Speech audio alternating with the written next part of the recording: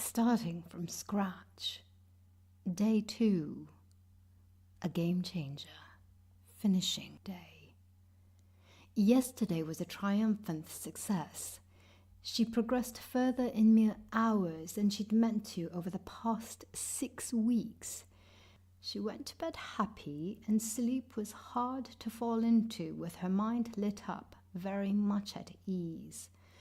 Her alarm was set for 6:30, though her eyes popped open at 5:55 a.m., 1 hour and 11 minutes after what's been her routine for some time before all the moving. And funny too, 555 is the digitry her friend sees often, her friend who'd visit later on. She smiled and decided that despite only just a few hours of sleep, enough sleep was indeed had.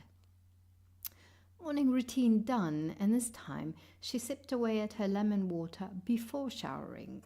She'd been sat at the couch, staring at the window at the overcast sky, when she noticed a faint pink hue. The sun. It was rising and lighting up the sky from behind her. She turned and looked in awe at the beautiful sky with its beautiful tones, clouds lit up with seemingly bright, vibrant auras about them. Magnificent it was, and she was so appreciative for such a gift so early upon awakening. So many gifts, in fact, already, and it was still prior to 8 o'clock. Showered and having had a scrumptious breakfast of sweet potato, chia and rucola with sprinkles of spices, she keenly sat to write out her list of positive aspects for whatever or whomever came to mind to fuel her good-feeling momentum.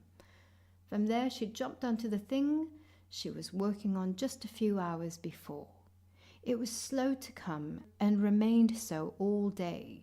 She did not force nor stress, but she did and does recognize this piece of writing is for midday, and hence will follow that bit of intuition. Why? Dunno, just a feeling. Procrastination came in the way of dance and singing before doing sun salutations. Her friend of fives came and went, who was much a gift as the sunrise, as her own awakening in the morning. Oh, she stepped dead in her tracks, right there at that last sentence. Quote, a gift as the sunrise, as her own awakening in the morning. End quote. Dead in her tracks for no apparent reason, other than morning felt like lifetimes ago already. She couldn't move on, not another word to write, nothing. For who? Why? That thing had come across, and all momentum was gone. She allowed herself to lay on the couch and watch YouTube videos, ones that make her smile, namely cat and dog and baby videos. Baby videos, cute as they themselves were actually stressful to watch this night. Parents kept gagaing over how their baby's eyes would go huge in a tunnel in the car. There were so many of those clips. Her immediate thought was of the infant being reminded of going through the dark birth canal or birth tunnel before arriving. That, and watching babies handed a jack-in-the-box wind-up toy, which 9 times out of 10 scared the infant, yet it was filmed, and she herself was privy to that child's fear. Why is that all okay? She stuck to the cats, dogs, kittens, and puppies, and eventually decided to just screw it. I'll get up early and work. But then that thing sat in again. That thing that shall remain without title. Stress was mounting, and sleep was nowhere near. Her heart trying to reach her, and though she felt it, things needed to happen, or rather unhappen, in order to be here and now. No sleep. Tears. Deep breaths. I allow myself to die to this. Although this feels so very bad, I know everything's going to be okay. I know that, she said, tears streaming. If I feel this bad, Source energy only loves me more, for Source will never join me in feeling bad and is always awaiting my return. Things started to ease when she reminded herself of this. Something within shifted, and her tune softened. During these periods, she's only ever consciously surrendered, allowing herself to be swallowed up by the very things she was fighting. This night, she said, I allow myself to be okay. I allow myself to feel good. I allow myself to cry. Whatever came, she allowed. Minutes later, she picked up her phone. No more silly videos. She clicked on Bill Goss, the single biggest reason why startups succeed.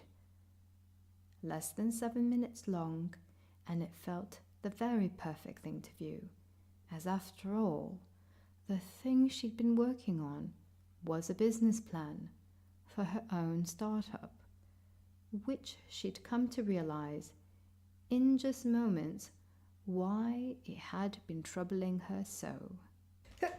Pardon me. But first, she accidentally clicked on J.K. Rowling's delivering a speech at Harvard commencement. Well worth watching, she thought. Within a few minutes, a single word passed through her and completely broke her. With that word came flashes of her past, came bad feelings, came the opportunity to play victim, to blame. She allowed herself to walk through, reminding herself, but we are here and now, and I am worthy of a beautiful life. She felt better. She eventually viewed Bill Goss's TED Talk, which was precisely what her heart had summoned. I might not know how to do this, she thought, but the timing is right, and that was Goss's number one factor. People are waking up. There is a thirst for that which is unseen, more questioning of what is, and that this cannot be what life is about, the way things are. There is a revolution where people are looking for spiritual guidance. When he mentioned that the management team and execution were second and third to timing, surprisingly even before the idea, business model, and lastly funding, she was pinged with a name. Of course, of course, of course. Tears of relief as she'd been chewing on that one for a while. Who's by my side, she asked herself. Who believes in me much as I do? Heart-centered, truly interested in the betterment of all. Fun, easygoing, strong-willed, knowing. When this apparently obvious ping reached her, another was right behind. Other than herself, there was one other, and now 3 people to reach out to. Also very obvious, front runners, together, a 5-pointed star. By now, she was sat up in bed. No more tears. Do I meditate? No. Go. Here and now. Go. She eased herself out of the hole she'd put herself in. She received a message along with a picture from a young lady who she'd mentored in the summer. Quote, I just made a salad of one of your recipes on the blog, and I must say, food is a part of the healing.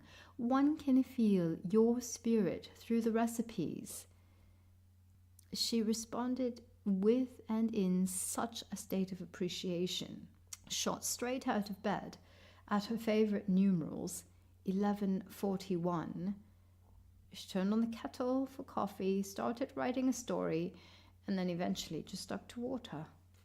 She carried on honing her executive summary, prepared proposals for her management team, and did her best with financials.